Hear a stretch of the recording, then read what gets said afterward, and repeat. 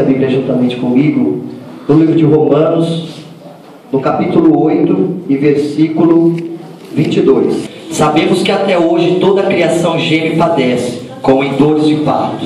E não somente ela, mas igualmente nós, que temos os primeiros frutos do Espírito, também gememos em nosso íntimo, esperando com ansiosa expectativa por nossa adoção como filhos, a redenção do nosso corpo.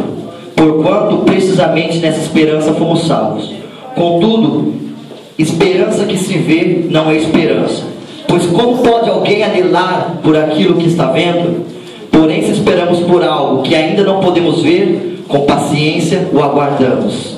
Do mesmo modo, o Espírito nos auxilia em nossa fraqueza, porque não sabemos como orar. No entanto, o Espírito intercede por nós com gemidos impossíveis, inexprimíveis de serem expressos por meio de palavras. E aquele que sonda os corações conhece perfeitamente qual a intenção do Espírito, porquanto o Espírito suplica pelos santos em conformidade com a vontade de Deus. Os irmãos podem tomar o teu assento. Glória a Deus! Aqui nós vemos uma palavra maravilhosa que Paulo está descrevendo às igrejas de Roma, onde ele está nos contando o que é a verdadeira esperança em Deus e como nós conseguimos chegar a Deus. E para explicar para você nessa noite o que é esse Espírito Santo de Deus que ele relata, que intercede por nossas vidas com gemidos inexprimíveis, eu preciso voltar onde eu vejo o Espírito Santo pela primeira vez na Bíblia. Ele vai estar lá em Gênesis. A Bíblia vai nos dizer que no início da fundação dos séculos, o Espírito Santo de Deus pairava sobre as águas. E o Evangelho de São João, capítulo 1, diz: no princípio era o Verbo, e o Verbo era Deus, e o Verbo estava com Deus. Então, no princípio, muitos estudiosos vão dizer o quê? Que quando Deus ele deliberava uma palavra, haja luz, esse haja era o Logos, era o Verbo, era Cristo dentro de Deus. Porque até então Jesus Cristo não era revelado ao mundo, só Deus o conhecia, porque ele estava nas entranhas de Deus. Mas juntamente com Deus e seu Filho estava uma terceira pessoa, que é alguém que está aqui nessa noite e cantou com gemidos inexprimíveis por mim e por você. Essa pessoa é o Espírito Santo de Deus. E vai te dizer que quando Deus falava, haja luz, Jesus saía em forma de verbo, em forma de palavra, e juntamente com ele o Espírito Santo de Deus ia e fazia a obra. Por isso que ele parava sobre as águas. E quando ele falava, haja luz, separa a água da terra, o verbo ia no haja, e o Espírito Santo de Deus ia lá e fazia toda a obra. Glória a Deus. E esse Espírito Santo de Deus, o que é o Espírito Santo de Deus? Muitas vezes eu falo querendo sentir. Eu briguei por muito tempo com o Espírito Santo de Deus, porque eu falo, quero conhecer o Espírito Santo de Deus, eu quero sentir. Só que quanto mais eu ia, quanto mais eu orava, quanto mais eu buscava, eu não sentia nada. Eu levantava de madrugada e falava, Espírito Santo de Deus, estou aqui, cadê você? E nada. E eu fazia aquele barulho e nada. Foi quando uma voz disse para mim o seguinte: quando você ficar quieto, eu falo. Enquanto você continuar fazendo barulho, eu não falo. Porque o Espírito Santo de Deus está aqui dentro, meu amado. Ele habita na casa. Ele só vai falar contigo quando você deixar as suas vontades de lado. Ele só vai falar contigo quando você parar de agir com a sua mão. Ele só vai fazer a obra dele quando você entender que você não é nada e ele é tudo. Porque o problema dele é que você é o que nós queremos. Glória a Deus. Porque quando Sansão ia para a guerra, a Bíblia é clara que o Espírito descia sobre ele e ele matava mil. Ele não fazia com as próprias mãos dele. Quando Ana orava, o Espírito Santo de Deus ficava, olha a filha sua, está clamando. E ele clamava com gemidos inexprimíveis, e Ana recebeu o seu milagre, Samuel veio. Então quando você clama, meu amado, não entenda uma coisa comigo, que isso me deixa muito nervoso, comigo mesmo, que nós como cristãos, nós achamos que existe um Deus disponível a todo momento, que vai fazer aquilo que eu quero, na hora que eu quero, como eu bem quero. E muitos ainda têm a ousadia de dizer, coloca Jesus na parede, coloca Deus na parede. Entenda uma coisa, antes de você existir, ele já existia. Na fundação do século ele já existia, não precisava de ninguém que precisava você. O nosso poder veio de achar que ele criou para a gente adorar ele. E eu vejo na Bíblia que não é para isso. Por que não é para isso, Lucas? Porque se você adorar, ele é Deus. Se você não adorar, ele continua sendo Deus. É verdade. E o problema é você, Deus, se você não me der, eu não te adoro mais. hipócrita. Tenho pena de você, tenho pena de mim pensar assim.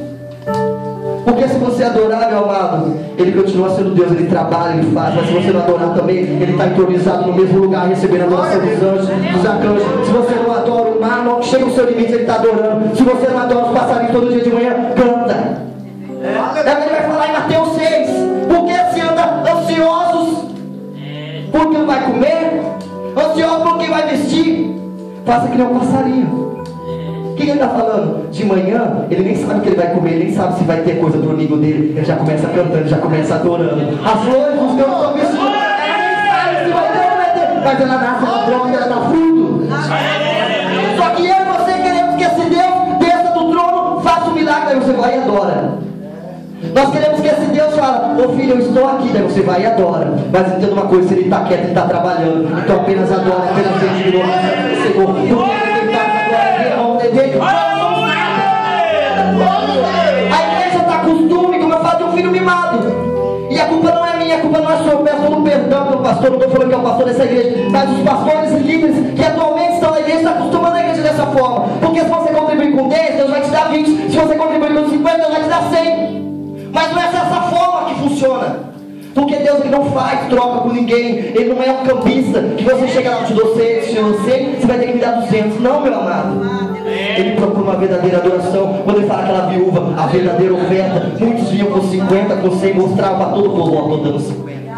Mas ela veio tão pequenininha, com a única moedinha dela, ela depositou com todo o coração, contrito, quebrantado.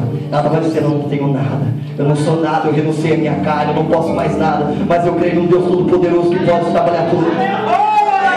Quando você entender que você não pode nada, e fazer como aquela mulher de fluxo de sangue, que gastou tudo, e se arrastou, e buscou, e tocou na hora do mestre, a virtude saiu para a vida dela. É verdade. Então é muito interessante considerar a palavra do Espírito Santo de Deus. E o profeta Ezequiel vai declarar, se você ler no primeiro capítulo de Ezequiel, quando ele tem uma revelação de Deus, ele diz que ele vê um trono, e debaixo desse trono tinham 4 seres viventes, que iam para um lado e iam para o outro, e junto com eles tinha uma brasa ardente. E ele vai dizer que entre esses 4 seres viventes, o Espírito Santo de Deus caminhava e habitava. O que eu quero dizer para você nessa noite, que o Espírito Santo de Deus, antes de chegar para mim e para você, ele estava debaixo do trono. Quando Deus falava assim: ó, a Sansão está precisando, ele saía debaixo do trono, ele usava a Sansão e voltava. Ó, Davi está precisando de você, ele ia lá, usava Davi e voltava. Ó, Saul está precisando de você, ele descia e usava. Aleluia! Porque Deus precisava de uma casa limpa, uma casa pura para morar. Numa casa que é impura. Como ele ia morar num povo que só chegava a ele através de sacrifício. Como ele conseguia chegar ao povo que só entrava no Santos dos Santos, era o sacerdote. Como ele poderia habitar aquele povo?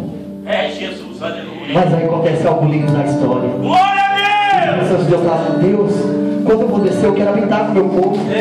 Glória a Jesus. Está vendo Davi lá? Eu não quero ir voltar, eu quero ficar dentro do corpo dele, eu quero direcionar, eu quero ser a janela, eu quero ser a porta. Quando ele falar, eu quero que seja eu falando. Quando ele vem, eu quero que seja eu dando uma visão. Mas o seu Abraão não está pronto ainda, filho, porque ele ainda precisa do sacrifício. Ele ainda não está pronto porque ele ainda é impuro, ele ainda é maldito, ele está condenado, porque a lei o condena, ele não consegue cumprir a lei. E é impossível o Espírito Santo de Deus descer e habitar em mim e você. E esse Espírito Santo vai dizer que ele é uma pessoa, ele tem sentimentos. E por que ele é uma pessoa? Porque quando fala conselheiro, o C está com a letra maiúscula, só se usa a letra maiúscula quem é pessoa. Mas eu não quero sentir. Vem aqui, meu amado, eu acho que os jovens estavam na palestra do Luci. Vem aqui que a gente coloca seu dedo na tomada, você vai sentir que é uma beleza. Porque se chegar na igreja, você quer chorar, você quer sentir. E sabe qual é o nosso maior erro? Fala se eu estou mentindo, meu amado. Se eu chego e faço assim: o seu irmão está cheio do Espírito Santo de Deus. Se aquele irmão está pulando, nossa, meu Deus, que retetel, o irmão é do manto. Agora a jovem que está quietinha ali, se quebrantando, nossa, que jovem fria. Meu Deus do céu, tem pecado, irmão. O pastor, tem pecado. E isso é o erro dentro das nossas igrejas. Eu falo isso, nós temos andado em várias igrejas, em todo lugar eu encontro isso, eu falo: Deus, onde está a verdadeira adoração? Onde está o verdadeiro avivamento? Porque a igreja avivada, meu amado, não é aquela que fala em línguas, que pula, que salta. A igreja avivada é quando os adolescentes se juntam com os jovens e se reúnem sem nenhum conflito. A igreja avivada é quando as irmãs se juntam com a criança e não tem nenhum conflito. A igreja avivada é quando os obreiros juntam para fazer, vou fazer uma festa pro pastor, vou fazer uma festa pro pastor. A igreja avivada é aquela menina que fala assim, ó, tá vindo precisando, vamos sair evangelizar e sair evangelizar. Isso é o verdadeiro avivamento. Avivamento não é barulho, não é latinha que você joga com pedra dentro. Avivamento, meu amado, é quando você se arrepende. Que Paulo vai dizer, precisa ter uma metanoia, uma troca de mente. Não é porque você chegou aqui um dia, ajoelhou, levantou as mãos para o céu, falou, eu aceito a Cristo e você está salvo. Se a sua vida continua do mesmo jeito, cadê a metanoia, cadê o arrependimento? Mas eu quero dizer nessa noite que a partir do momento que você se arrepender, abrir mão do seu querer, abrir mão da sua vontade e falar, Cristo habita em mim, Espírito Santo habita em mim, porque eu não sou nada, eu não posso nada, eu renuncio a mim mesmo. Ele começa a trabalhar, no que ele faz grande. É assim que ele traz, porque ele é Deus.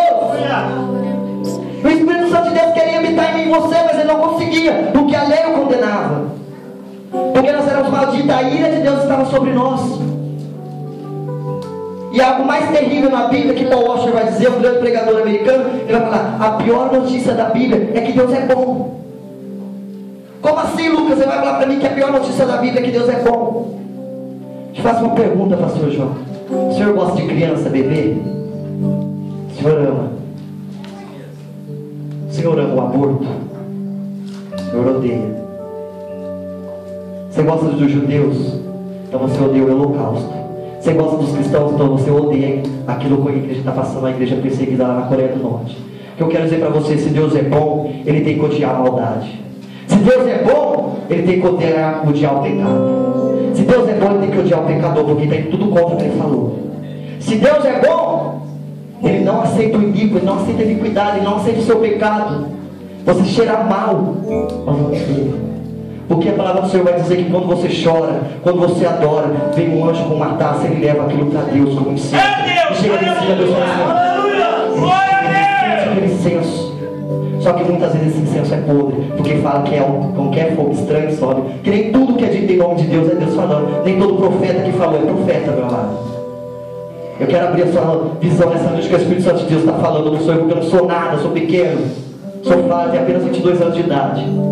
Mas eu quero dizer nessa noite que quando você adora verdadeiramente, quando você chora aos pés do Senhor com gemidos, o Espírito Santo de Deus junto com os anjos apresenta Pai. É gemidos inexprimíveis. É incenso que está subindo, é verdadeiro. Aleluia. E Deus era bom e Deus continua sendo bom. Ele não aceitava a minha maldade, não aceita a sua maldade, não aceita o seu pecado. É por isso que precisava do sacrifício. Só que um dia o Espírito Santo de Deus recebeu uma resposta de Deus. Olha o Espírito Santo de Deus, a história vai começar a mudar. Vai começar a haver uma revolução na história. Meu filho que está na minha entranha, você vai precisar levar ele e colocar no ventre de uma mulher chamada Maria. E a Bíblia vai falar que o Espírito Santo de Deus foi sobre o ventre de Maria, e ali Jesus foi concebido. E a partir daquele momento a história começou a ser mudada. A partir daquele momento Jesus junto com o Espírito Santo de Deus começou a fazer uma obra diferente. O povo olhava e falava, mas quem que ele está pregando? Ele está indo contra a lei? Mas como ele pode curar no sábado? É que Jesus estava começando a dizer, você não consegue cumprir a lei, meu amado. Então se você precisa pagar 10 anos de prisão, eu estou vindo, eu vou ficar 10 anos preso por você, agora você não é mais condenado. Aquilo que você era maldito, a maldição vai cair sobre mim. Você estava condenado, eu vou ser condenado por você. E quando ele chega no momento, terminou toda a sua trajetória. E algo muito interessante que eu vejo, que ele se preparou 30 anos para viver 3 anos de ministério. E eu e você queremos se preparar 3 anos para viver 30 anos de ministério. Moisés, quanto tempo ficou passando na escola do Egito? Depois foi para o deserto, foi aprender a lidar com ovelhas. E depois que ele foi se preparar para passar uma vermelha. Aprenda uma coisa, é no tempo de Deus, na hora dele, na forma que ele fala, do jeito dele. Do meu jeito, do seu jeito não dá certo. Eu cheguei aqui, não tinha palavra nenhuma, e Deus está falando que eu não sei nada, não posso nada, mas ele tem nada. Entenda isso, meu amado, é no tempo dele. Eu lembro que eu louvo a Deus, meu pai pregava, eu louvava a Deus desde os meus 10 anos de idade. E com meus 15 anos eu falei, Deus, eu quero estar com você de gravado, eu quero estar rodando o Brasil inteiro, o mundo inteiro. Porque o homem é ansioso.